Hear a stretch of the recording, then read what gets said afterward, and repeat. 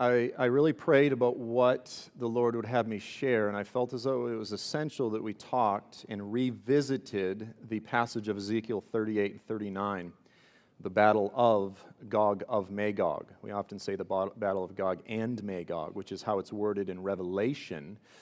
That's actually a different battle that takes place at the end of the millennium. But this passage here, this battle in Ezekiel 38 and 39, is something that takes place prior to the return of Jesus. And so for anyone who has been studying prophecy for any amount of time, you're probably quite familiar with this passage, but I want to look at it afresh. I believe that this is one of the most essential Old Testament passages. I believe this is, if I can use the phrase, the Armageddon of the Old Testament.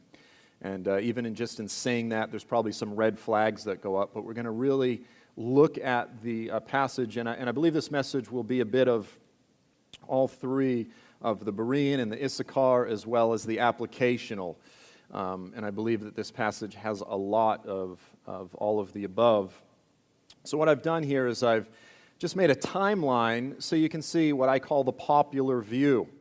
And this is the view that most of us were raised on, that we've seen in most of the books that are discussing this and the teachings that most teachers are teaching, which is essentially that in terms of that final week, that final 7 years prior to the return of Jesus and the Battle of Armageddon, at either just before or just after that period, you have what's called the Battle of Gog of Magog. This is what most are teaching, that it begins, it's an event that's very brief, and it takes place just prior or sometime just immediately after the beginning of that 7-year time frame. And then it's taught that these armies, this invasion is thwarted, that it's supernaturally destroyed, and that this opens the way for the coming of the Antichrist. So how many have never heard this scenario? So pretty much everybody in here is on board. I want to look at this and see if this holds up against the criteria of Scripture. I really want to look at the passages and say, is this scriptural? I mean, this is widely held, widely believed. It's almost orthodoxy. I mean, don't even touch this view. Now, I want to begin by just highlighting the fact that the Jewish view, that the rabbis and sages down through history have always looked at Gog of Magog not as a preliminary, penultimate invader of Israel, but rather the ultimate final enemy of the people of God. The Jewish view has always been that this is the final, not the secondary, as opposed to the Christian view, the popular Christian view. And I'm actually going to argue for this particular view, the Jewish view, that Gog of Magog is simply another retelling of the Antichrist story, and that Gog is the Antichrist, and this invasion spoken of by Ezekiel is the same story that all of the other prophets are talking about. Now, granted, they're all emphasizing different aspects of the story. Some are using a wide-angle lens, some are using a fisheye, some are focusing on this or that, but they're all basically telling a very Day of the Lord centric story. It's a story that very much revolves around the return of Jesus and the events that precede His coming. And Ezekiel is no different than any of the other prophets. So just for reference, I threw up a quote from the Talmud. We could look at dozens of references from the various rabbis and commentators. And it says, "Behold, a king shall go up from the land of Magog at the end of days. He will assemble kings wearing crowns and lieutenants wearing armor, and all the nations shall obey him. They shall array battle in the land of Israel against the children of the dispersion, but the Lord will be ready for them.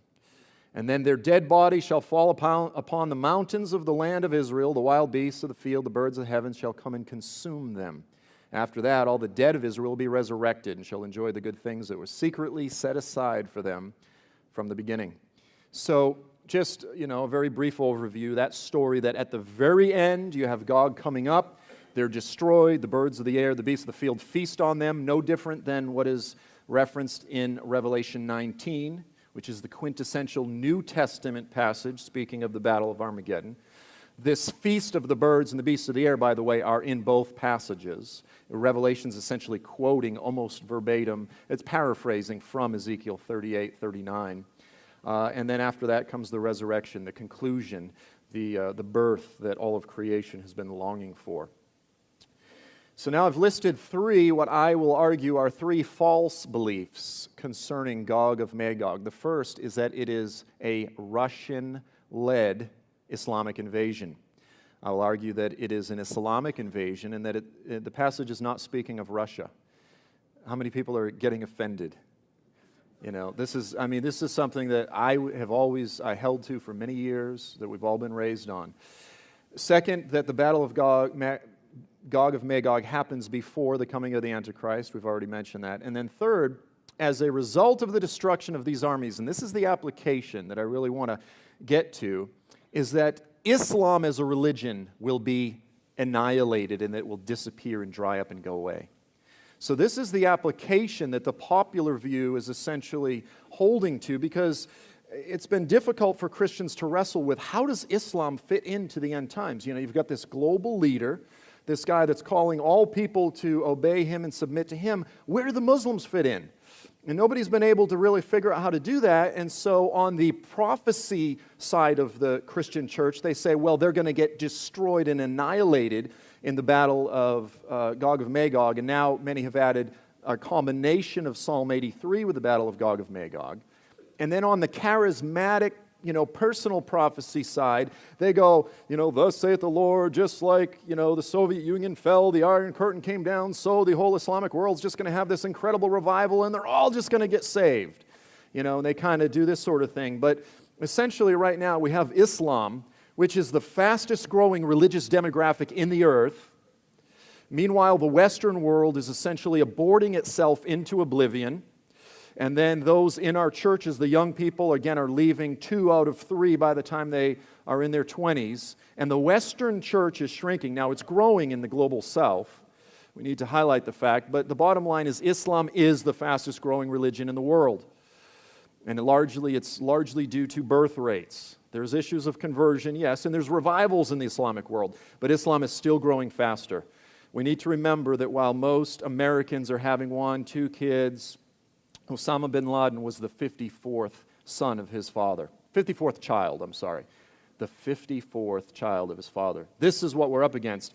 And when you have demographics like this, it doesn't take long before there are dramatic global shifts. And there's no signs that that's going to abate. So it's essential that we get this down. Is Islam about to be destroyed and go away? Or is this thing of the juggernaut, the snowball, that's going to roll across the whole globe? That's a big difference that we need as those that are trying to discern what's taking place and want to know, like the sons of Issachar, what to do. We got to get this right. If we get this wrong, this is not just like we missed it a little bit.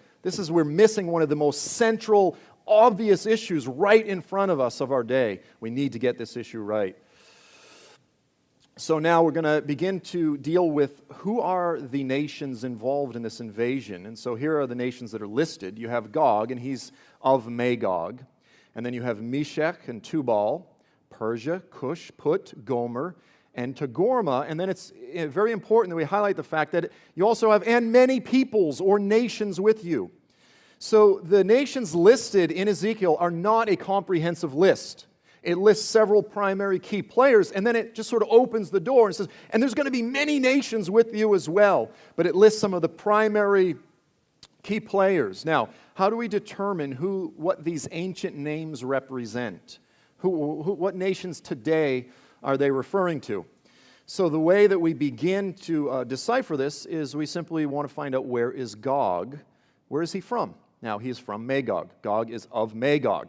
And most scholars say that Magog simply means the land of Gog, that it came from the Assyrian Mat-Gugi or Mat-Gugu, and that Gog was simply it's a term similar to Pharaoh. He was the ruler from the land of Magog. So here's the question, where is Magog? What is the Bible referring to? What is Ezekiel referring to when it says that this Gog is from Magog?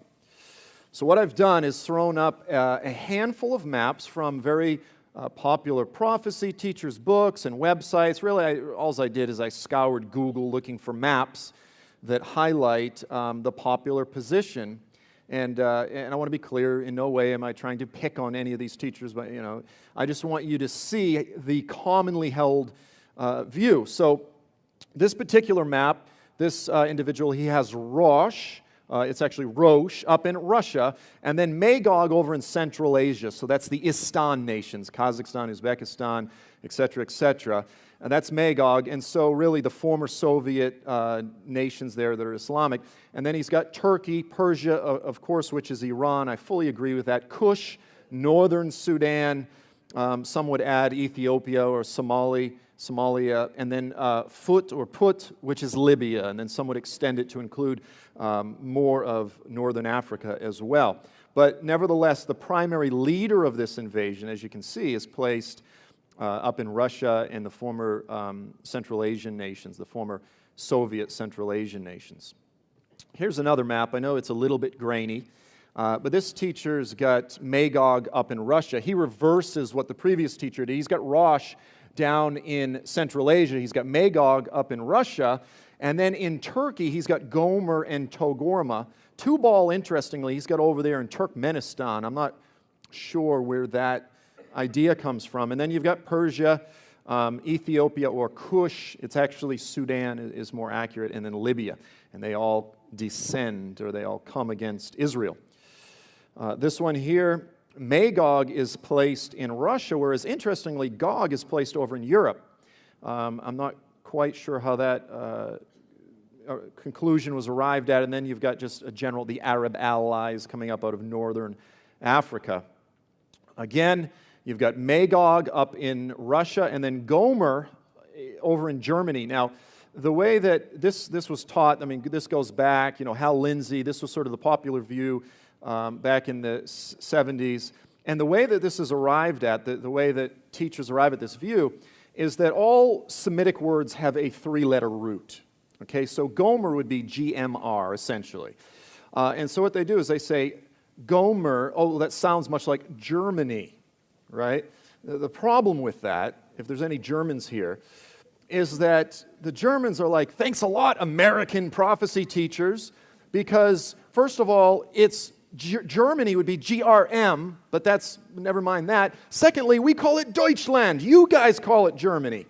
And so they're like, thank you for casting us as part of the coming Antichrist, Gog coalition. We appreciate it. And then you have Meshech, Tubal, Togarmah in Asia Minor extending over into Armenia. Now, what I've done is to contrast the popular prophecy books with a handful of very conservative evangelical Bible atlases, and I want you to just see the difference. Here's the New Moody Atlas of the Bible. Where's Magog? It's right in the heart of Asia Minor. That's modern-day Turkey. You also have Meshech, Tubal, Gomer, and Togarmah. They're all in the modern-day nation of Turkey. Okay, that's the New Moody Atlas of the Bible. Now again, Bible atlases are put together by teams of interdisciplinary scholars which pool their resources, and they don't have, let's say, a prophetic agenda. They're just trying to espouse what history recalls for us. Now you have the Zondervan Atlas of the Bible. Once again, Magog, Meshech, Tubal, Gomer, Togarmah. They're all right in Asia Minor. They're in Turkey, okay? Then you have the Holman Bible Atlas. Now, what I've done with these maps, by the way, is I've just altered them just enough so that I'm not infringing on copyright. If you look them up, this is identical to the locations that the atlases have placed them. And then you have Magog, Meshech, again, pretty much the same thing. They're slightly a little bit different. One might have Meshech a little more central, one's a little more, but for the most part, notice how the Bible atlases all basically agree that Magog was in ancient Asia Minor, modern-day Turkey. And the popular prophecy books have a general idea that it comes out of Russia, but then other than that, they're sort of all over the place. They agree on Put, Kush, and Persia. But then when it comes to all the other names, there's just quite a variety. Then you have the IVP Atlas of the Bible. Once again, Magog, Meshech, Tubal, Togarmah. Pretty much all in modern-day Turkey. Now, this is amazingly simple. Why is there such a discrepancy between the atlases and the prophecy books? And it really comes down to a difference of methodology. How do the atlas, the guys that do the atlases, how do they arrive at their position versus how do the prophecy teachers that are putting out up in Russia, how do they arrive at their conclusion. And the difference is the first approach or methodology is what I call the bloodline lineage migration method. And so what that means is that most of the teachers, if you read them, they'll say, well, in the first century, for instance, with Magog, they'll say Josephus said that the Magog peoples were the Scythians. Now, the Scythians were a migratory people that once lived in Turkey, Asia Minor, but then they were pushed out and they migrated around the Black Sea. I guess for you it's this way, up around through Moldova, Ukraine, up into Russia, and then across the Russian steppes. They filled Russia. They eventually intermarried with the sort of Scandinavians that came down. Thus, you have the modern-day people of Russia. That's what people would say. So what it involves is the tracing of bloodlines and the migration. And this group, they intermarried here, and then they migrated up the Volga River Valley, and all these sort of things. And that's the bloodline lineage migration method. But here's the problem with that, is that most conservative Bible teachers today, any seminary, if you're just a good Sunday school student, then you know that the hermeneutic or the approach to interpreting Scripture that we want to use, which is responsible, is not this bloodline lineage sort of historical wild goose chase, which is subject, by the way, to the limitations of the historical record that we have. Rather, we want to use what's called the historical grammatical perspective.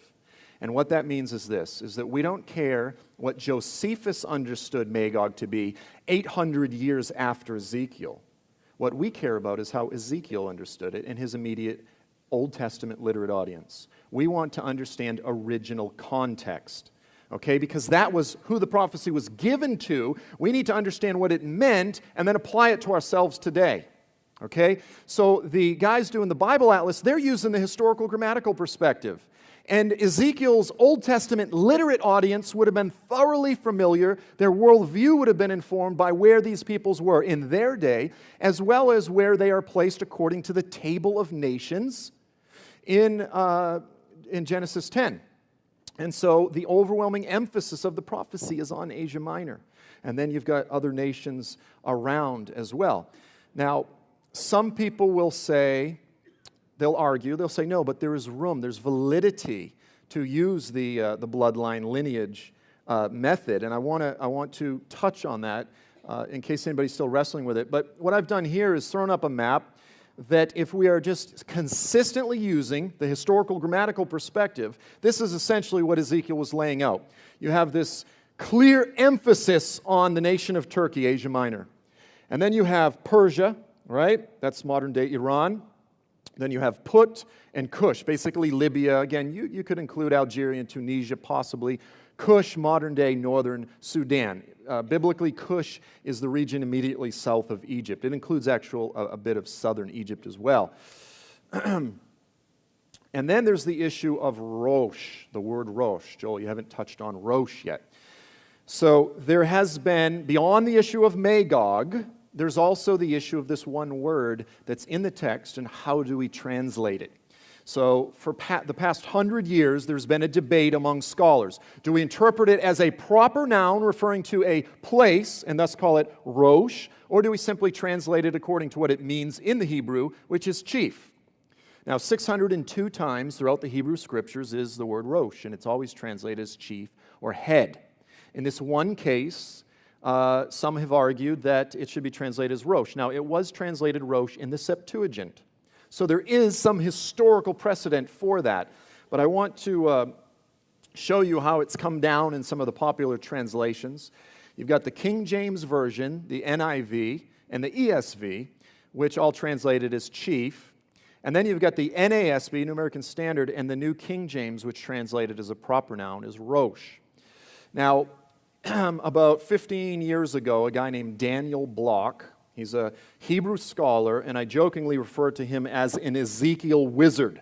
Okay, this guy is one of the just most brilliant Ezekiel minds out there. He devoted over 20 years of his life just to the book of Ezekiel. Came out with these two commentaries that are just fantastic, two-part commentary on Ezekiel. And he wrote this article, which was featured in one of the theological journals, where what he does is he synthesizes the arguments of those that say it should be a proper noun with those that say it should be essentially chief or an adjective, and he says they both have some valid arguments within, the field of Old Testament Hebrew. But his translation was essentially that it should be a noun, but a descriptive noun, not a proper noun. There's no room for it to be a proper noun. So this was the translation that he came up with. Son of man, set your face against Gog, the land of Magog, the prince, chief of Meshech Tubal.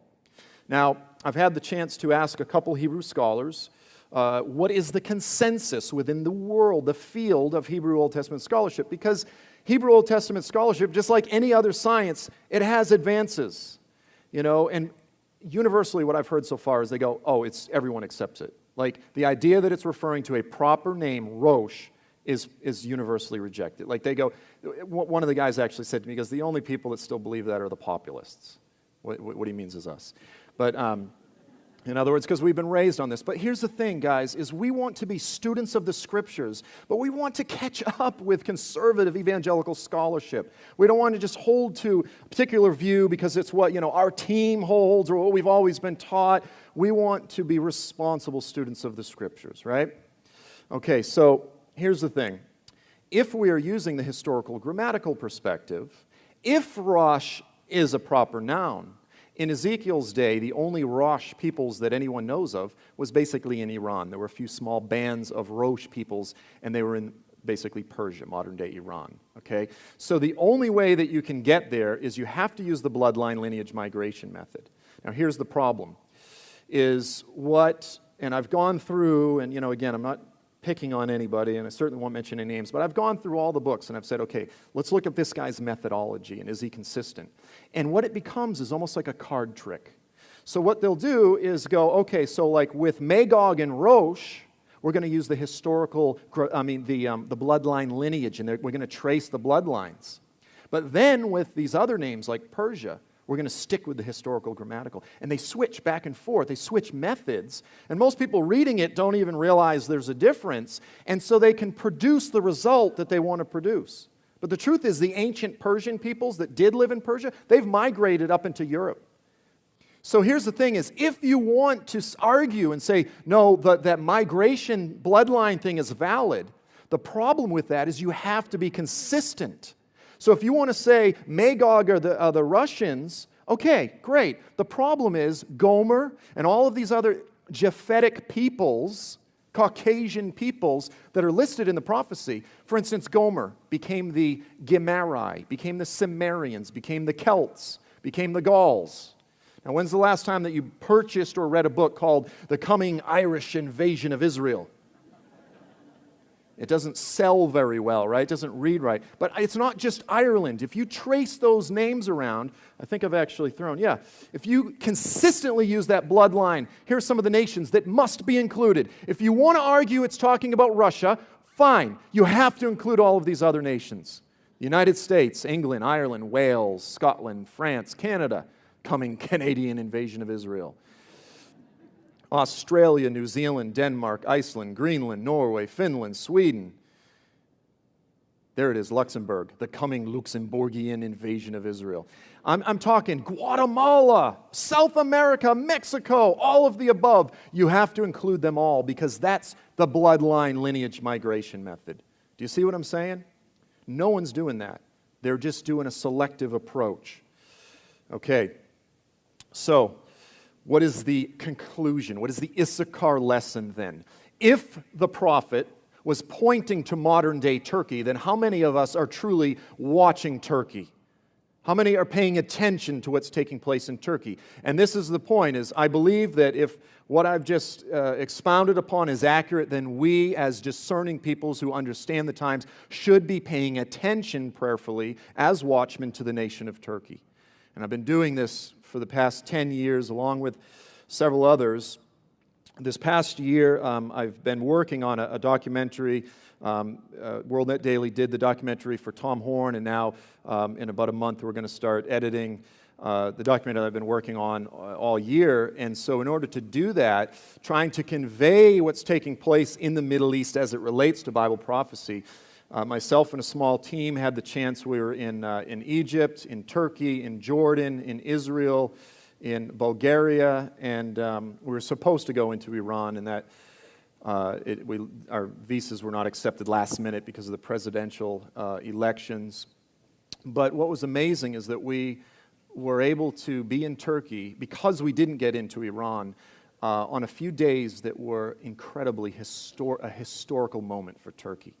So as the revolutions are sweeping across the Middle East, I had the chance to be part of history. I mean, to be literally right in the middle of it and to see it unfold. And so as these revolutions are taking place, there's been a protest movement that's broken out in Turkey as well. How many have been following that a little bit?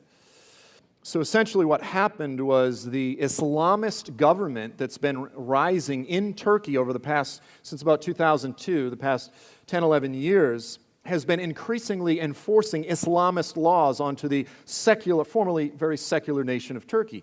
And a lot of the more secular folks are very upset with that. Just different things like they'll say, you know, no alcohol after 10 o'clock at night can be served, and you can be fined. Like if you kiss your wife in public, you could be fined, no public display. So just gradual, and then beyond that, incredible cronyism. So the Islamist government gives all the projects, the contracts, and the jobs to the other Islamists, and everybody else suffers, right? So what began as this construction project, they were going to plow down a park right there in Taksim Square, Gezi Park, right in the heart of Istanbul, became an environmentalist protest, which ironically, the environmentalists like basically just torched and burnt and vandalized all the construction equipment. It's so funny. But then what happened is the Islamist government just starts cracking down on the people. And then all these other people that have nothing to do with the environmentalist movement, they go, you don't treat people like that. And they start joining the protest in solidarity. And so this thing had been going on for about 2 weeks. When we got there, you can see some of the effects of the environmentalists as they had destroyed everything. It says, cops beware. I don't know why it says it in English. And so we were mulling around for the better part of the day. Now, when we got there, everyone said, oh, well, the protests are over. The organizers have met with the government. It's simmering down. What we didn't know was that was the night that the whole thing would come to a head. And we were caught right in the middle of an incredibly brutal crackdown on thousands of people. You've seen the police. They've got these water cannons mounted on the top of these trucks. Well, what they don't tell you is that it's not water. They put like tear gas chemicals into the water, and it's sticky. There's been hundreds of people that have gone blind from getting this in their eyes, and most of the people have masks and everything. Of course, we didn't, and because we're so smart, you know, we're just like, hey, we're here, and anyway, and so this stuff, not only does it fill the air with a toxic mist, if it gets on you, it burns, and thousands of people have been hospitalized, and several people have died. I just loved this picture. Typical sort of liberal protester, you know, he's out there. I thought it was so iconic, but, you know, he's just, we're so peaceful, you know, kind of highlighting the irony. As night began encroaching, the protests really started to increase. You could feel the tension. Of course, the famous Guy Fawkes mask, which we've seen in all of the Occupy movement here in the States. It's all over the world. They were selling them, you know. And there were thousands of people throughout the park. But you could feel the tension begin rising. And, of course, the majority of the people had some type of gas mask. A lot of people had good ones. Most of them didn't really work. They had like those little dust particle things. Like those are not going to do anything. Oh, here's let me jump back. Is the sound turned up? I just threw in a little video so you can just sort of get a feel for the power when things really started kicking into place.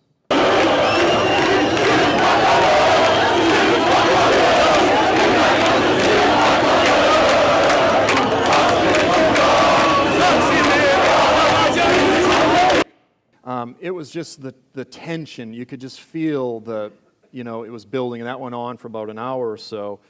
There was one shot just minutes before, basically all hell broke loose.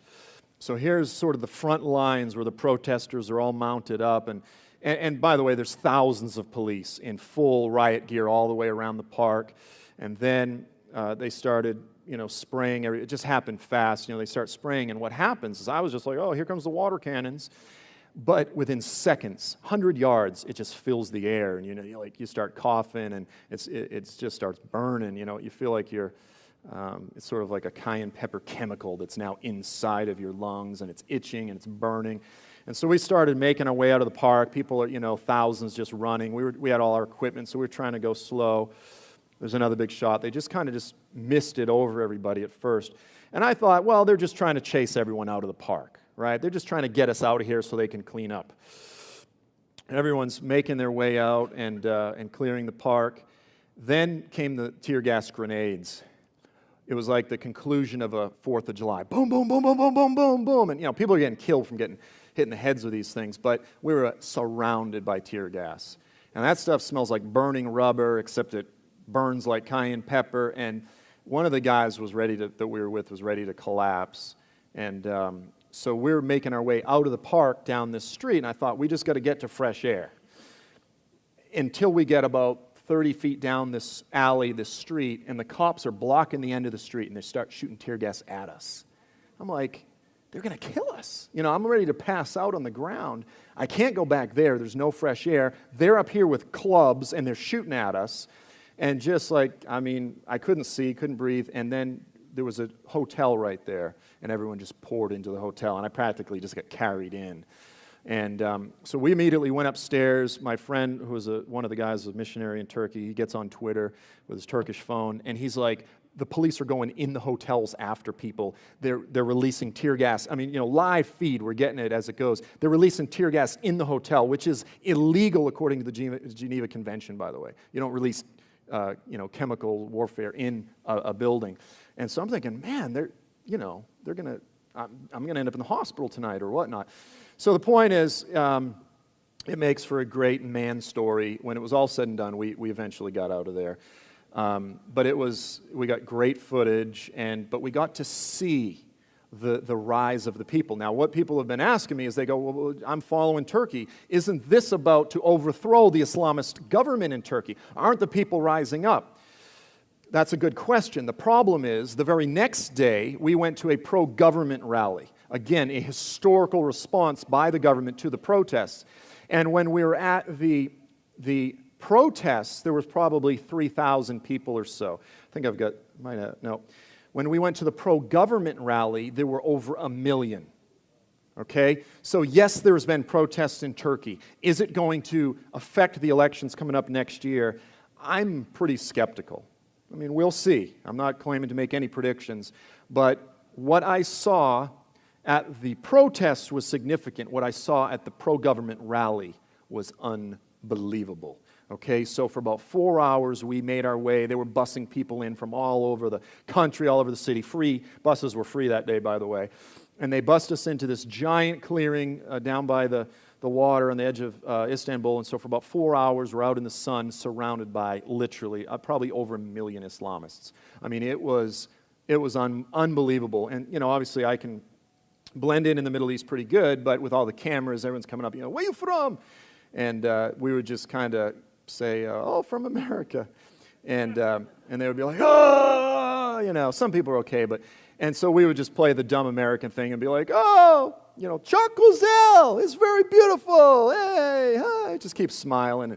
And they'd kind of leave us alone. A few teenage kids kind of tried to start some fights, but for the most part, but it was obvious they weren't happy that we were there, but we were filming. So for a few hours, the people were just chanting and cheering, and the main cheer throughout the day was Recep Tayyip Erdogan, Recep Tayyip Erdogan, which is the name of the prime minister. Okay? I'm talking 7 miles leading up to the event were just thousands of banners just lining the streets throughout the whole city. When we got there, you can see the banner of Erdogan in the background. Those things were 60 feet tall. They were just huge, and they surrounded this place, probably well over a mile circumference. It just went on forever, and there were the banners of it's called the AK Party, which is the Islamist party. This is the party that the United States is getting behind to support, trying to replicate throughout the region. And it was nationalism and the cult of personality unlike anything that you can even fathom. I mean, we were kind of like taken back by the rallies for Obama before he came in the first time, people fainting. I mean, it doesn't even begin to touch just the robust nationalism of the Turks. Everyone were chanting. Just went on. There's another picture of Erdogan. And then finally, after a few hours, there came the big culmination. He came up and started speaking. The only thing that I can say is that throughout the day, the whole time, I just felt like, just impressed upon me that I was at the equivalent of a Nazi rally, 1938, right on the edge of something, that just the energy in the air, I can't even really communicate to you. The nationalism it was a volcano that was ready to explode. And now for a little bit of comedic interlude.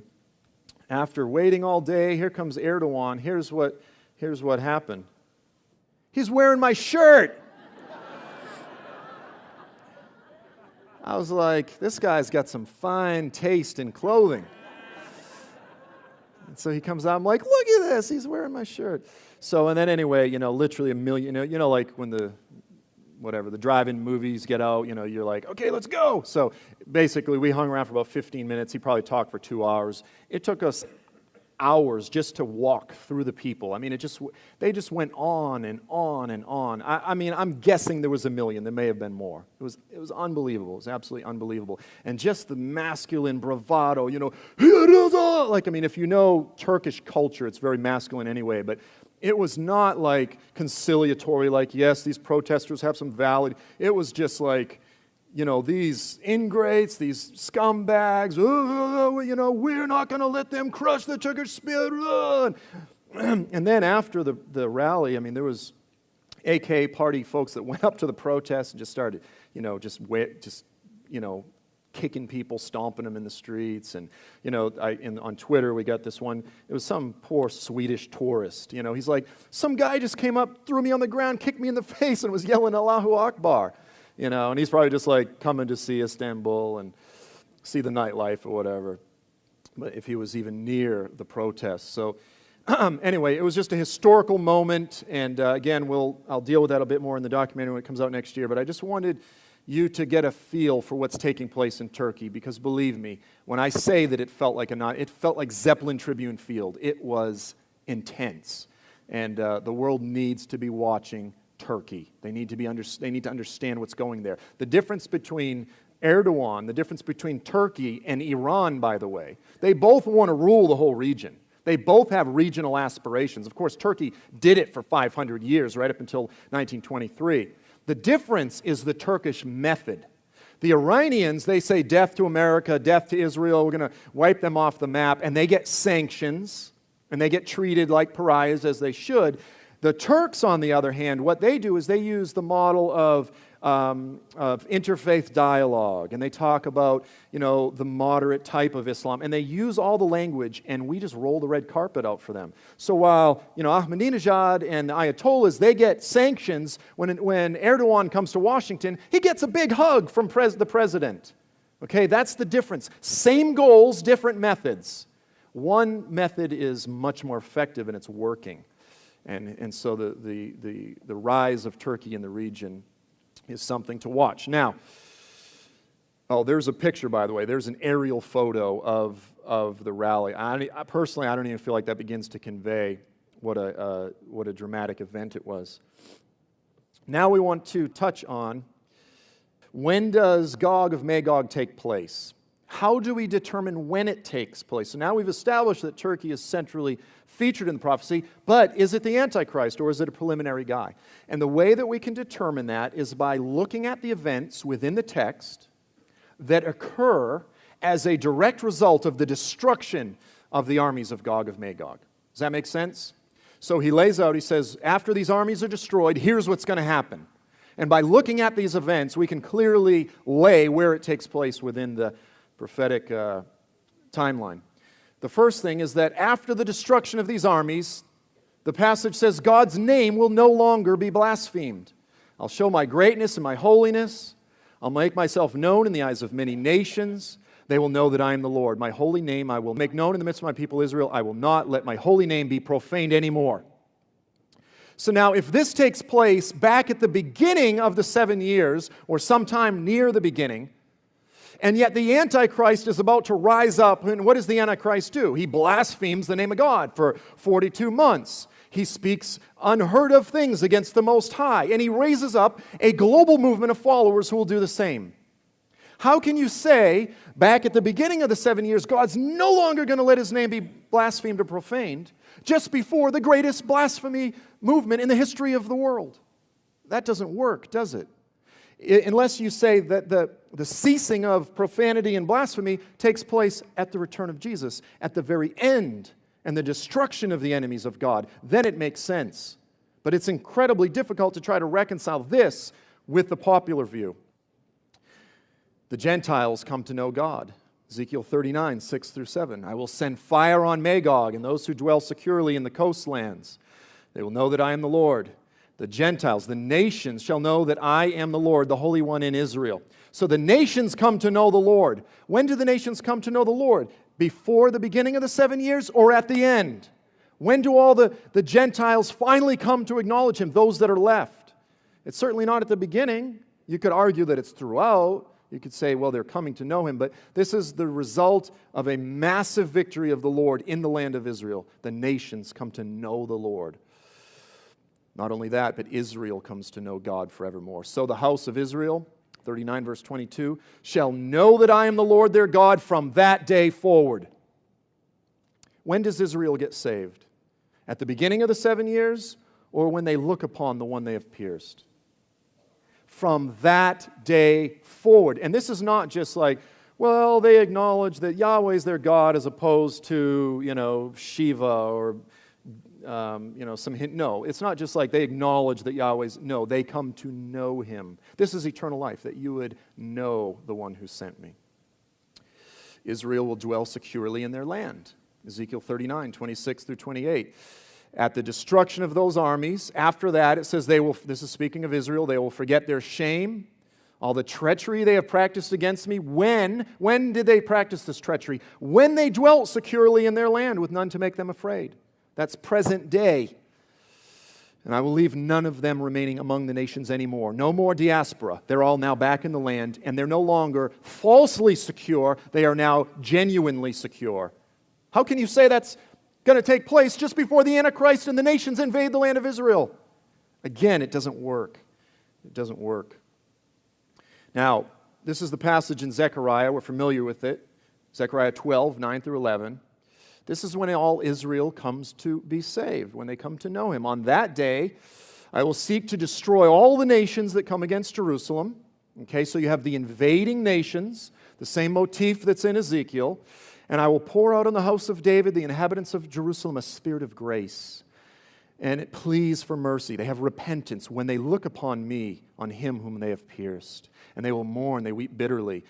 And then there's this repentance. Okay, so you have the three elements. The Lord destroys the invading nations. And the Jewish people come to recognize the one they have pierced. It's Jesus. It's not just, there's no way you can get around it that it's anything less than genuine salvation. And the Lord pours out his Spirit on his people. Okay, we all agree that comes at the very end. Well, Ezekiel 39:28, all the same elements. You have the invading nations are destroyed. And then he says, I will not hide my face anymore from them when I pour out my Spirit upon the house of Israel. This happens as a direct result of the destruction of the armies of Gog of Magog. Israel, he pours out his Spirit on them. It's the same thing that Zechariah is speaking of. It's the same thing that Zechariah is speaking of. The Messiah himself is present. I call this passage the parousia of the Old Testament. It is the return of Jesus of the Old Testament. In my jealousy and in my blazing wrath, I declare on that day, there'll be a great earthquake in the land of Israel. At the destruction of Ezekiel's armies, of Gog's armies, there's a great earthquake. When does the great earthquake take place? When his feet land on the Mount of Olives. It's mentioned in the book of Revelation when he comes back. The fish of the sea, the birds of the heavens, the beasts of the field, and all the creeping things, chihuahuas and such. All the people who are on the face of the earth will quake at my presence. What is the word presence? Are they quaking at the thought of me, says the Lord? Are they quaking at my glory, my panim? It means literal presence. It means His face. Okay? Jacob wrestles with God. I have seen God panim to panim. All right? I will quake. It means actual presence. Now, here's another passage to back that up. Ezekiel 39, verse 7.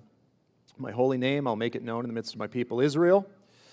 I will not let my name be profaned anymore, and the nations will know that I am the Lord, the Holy One in Israel. Now, we all know the phrase, the Holy One of Israel. That's used about 25 times throughout the Hebrew Scriptures.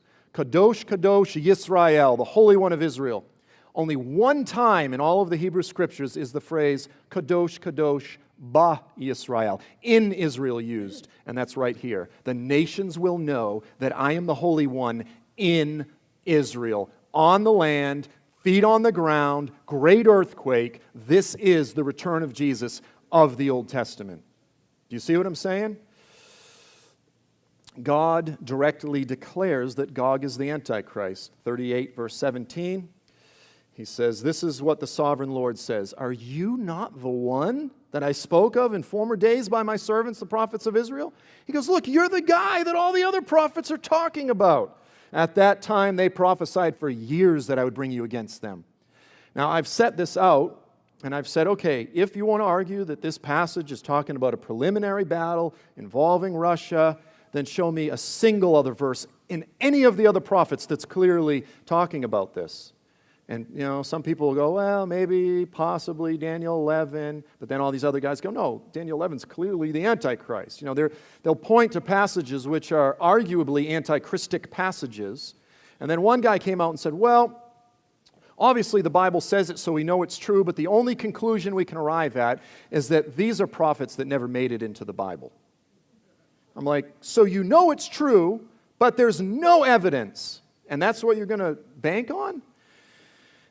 He says, you're the guy that all the prophets, all the post-exil, you know, the guys that came before Ezekiel, the pre-Ezekiel prophets, you're the same one that they're all talking about. I said I would bring you against my land in the last days. Now, as I set this out, a lot of people will be like, Joel, it's contrary, it's not traditional. It's not true. It's just not widely taught. Here's a quote from our beloved Dave Hunt. Ezekiel 38 and 39 refer to Armageddon and not to some earlier World War III. There is no doubt from both Zechariah 12 and Revelation 1 and 19 that this personal coming of Yahweh to rescue His people and destroy Antichrist and his armies takes place in Armageddon.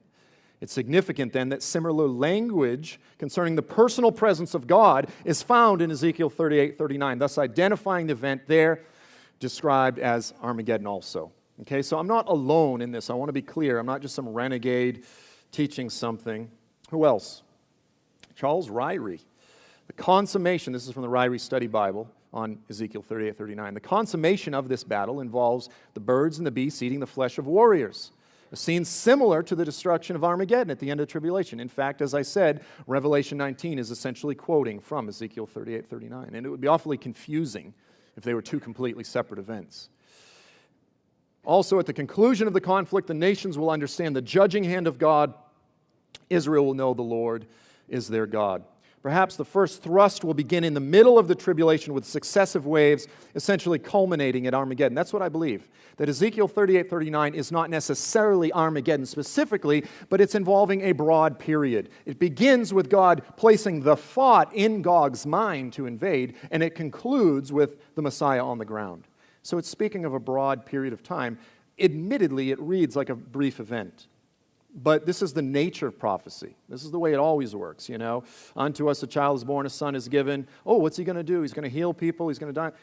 The government will be on His shoulders. Just boom, you know. And the Jews look at that and they go, where's all this other stuff? When the child is born, He will rule. And we go, no, you dumb Jews. There's a 2,000-year gap. You just can't see it. And they're like, I don't see it. And you're like, it's there. You know, I mean, this is just, so if we can look at, in one sentence, you've got 2,000 years, at least. It's the same thing with Ezekiel. It's speaking of a fairly broad time frame, and it's easy to understand that when you look at the events, but it does read as a fairly brief event. Cyrus Schofield, that destruction shall fall, he's speaking of Ezekiel 38, at the climax of the last mad attempt to exterminate the remnant of Israel and Jerusalem. The whole prophecy belongs to the yet future day of Jehovah and to the battle of Armageddon. John Nelson Darby, Gog is the end of all the dealings of God with respect to Israel, and that God brings up this haughty power in order to manifest on earth by a final judgment his dealings with Israel and with the Gentiles, to plant his blessing in the midst of Israel. So the point is this. I just wanted to throw that out just so you know I'm not a renegade. This is commonly seen and recognized by many other very well-respected teachers.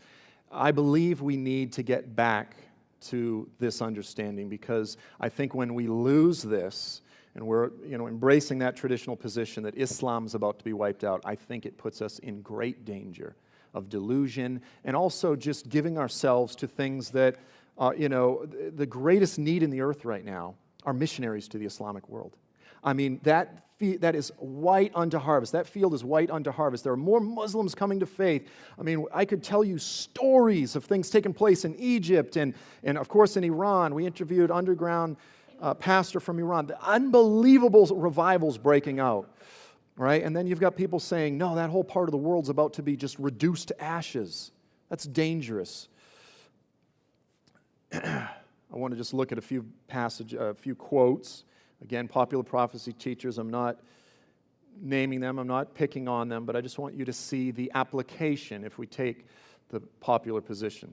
This guy says, the war of Psalm 83, followed by the war of Ezekiel 38, will result in the annihilation of nearly all the armies of the Muslim nations of the Middle East. And now he's actually picking on me specifically. Thus, if the Antichrist is a Muslim who is going to rule a Muslim empire in the Middle East during the tribulation, he's going to rule over a part of the world, an empire that has been reduced to ashes. Okay, so the whole Middle East is going to be annihilated, and all of those nations are going to be reduced to ashes. That's a dramatic thing to claim. That is a dramatic thing to claim. I believe that Ezekiel 38, this is another guy, through 39, war plays a key role in the rise of the Antichrist. I believe God will use this war to bring the ultimate downfall of the Islamic religion and the false god Allah. I agree, but not in our day and not imminently. Now, I confronted one of these teachers and I said, listen, I have a close friend. My very small church is sending a family out to be missionaries to Jordan with their little ones, to be missionaries, to give themselves to the Islamic world. You're saying that whole part of the world is about to be reduced to ashes. Do I tell him to go or not? What do you say? And he refused to answer. Because the bottom line is, when we teach this, it is destructive to the motivation to go preach the gospel among Muslims. But when we recognize that Islam's not going away, folks, it's in fact the greatest final challenge that the church globally is going to face, that it's only going to build and it will be destroyed by Jesus when He returns, yes. Then we can say, are we going to rise to meet the challenge, or are we going to hide out in a bunker? Now, some will be called to build bunkers unto the gospel, unto the salvation of those during the difficult times ahead. Okay, there will be those that will be called to build places of refuge so that they can minister to those in crisis, yes. But the calling of the church is to proclaim the gospel. Listen, I want to go down with my boots on. I want to die with my boots on. And when I say that, I mean I want my feet to be shod with the preparation of the gospel. I want to be proclaiming the gospel. The church needs to recognize that this Islam thing is not going away, and we need to rise to meet the challenge. Amen? Amen.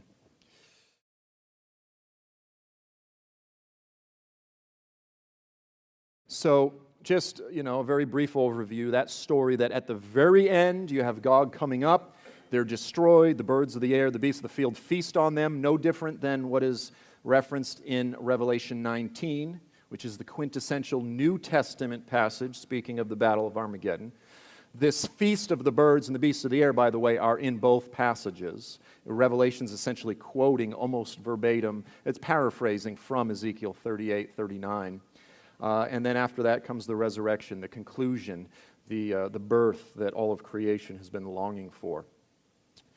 So now I've listed three, what I will argue are three false beliefs concerning Gog of Magog. The first is that it is a Russian-led Islamic invasion. I will argue that it is an Islamic invasion and that the passage is not speaking of Russia. How many people are getting offended? You know, this is something that I held to for many years, that we've all been raised on. Second, that the Battle of Gog of Magog happens before the coming of the Antichrist. We've already mentioned that. And then third, as a result of the destruction of these armies, and this is the application that I really want to get to, is that Islam as a religion will be annihilated and it will disappear and dry up and go away. So this is the application that the popular view is essentially holding to, because it's been on that we've seen in most of the books that are discussing this and the teachings that most teachers are teaching, which is essentially that in terms of that final week, that final 7 years prior to the return of Jesus and the Battle of Armageddon, either just before or just after that period, you have what's called the Battle of Gog of Magog. This is what most are teaching, that it begins, it's an event that's very brief, and it takes place just prior or sometime just immediately after the beginning of that 7-year time frame. And then it's taught that these armies, this invasion is thwarted, that it's supernaturally destroyed, and that this opens the way for the coming of the Antichrist. So how many have never heard this scenario? So pretty much everybody in here is on board. I want to look at this and see if this holds up against the criteria of Scripture. I really want to look at the passages and say, is this scriptural? I mean, this is widely held, widely believed. It's almost orthodoxy. I mean, don't even touch this view. Now, I want to begin by just highlighting the fact that the Jewish view, that the rabbis and sages down through history have always looked at Gog of Magog not as a preliminary, penultimate invader of Israel, but rather the ultimate final enemy of the people of God. The Jewish view has always been that this is the final. Now, difficult for Christians to wrestle with. How does Islam fit into the end times? You've got this global leader, this guy that's calling all people to obey him and submit to him. Where do the Muslims fit in? And nobody's been able to really figure out how to do that. And so on the prophecy side of the Christian church, they say, well, they're going to get destroyed and annihilated in the battle of Gog of Magog. And now many have added a combination of Psalm 83 with the battle of Gog of Magog. And then on the charismatic, personal prophecy side, they go, thus saith the Lord, just like, the Soviet Union fell, the Iron Curtain came down, so the whole Islamic world's just going to have this incredible revival, and they're all just going to get saved. And they kind of do this sort of thing. But essentially right now we have Islam, which is the fastest growing religious demographic in the earth. Meanwhile, the Western world is essentially aborting itself into oblivion. And then those in our churches, the young people, again, are leaving 2 out of 3 by the time they are in their 20s. And the Western church is shrinking. Now, it's growing in the global south. We need to highlight the fact. But the bottom line is Islam is the fastest growing religion in the world. And it's largely due to birth rates. There's issues of conversion, yes, and there's revivals in the Islamic world. But Islam is still growing faster. We need to remember that while most Americans are having 1, 2 kids, Osama bin Laden was the 54th son of his father.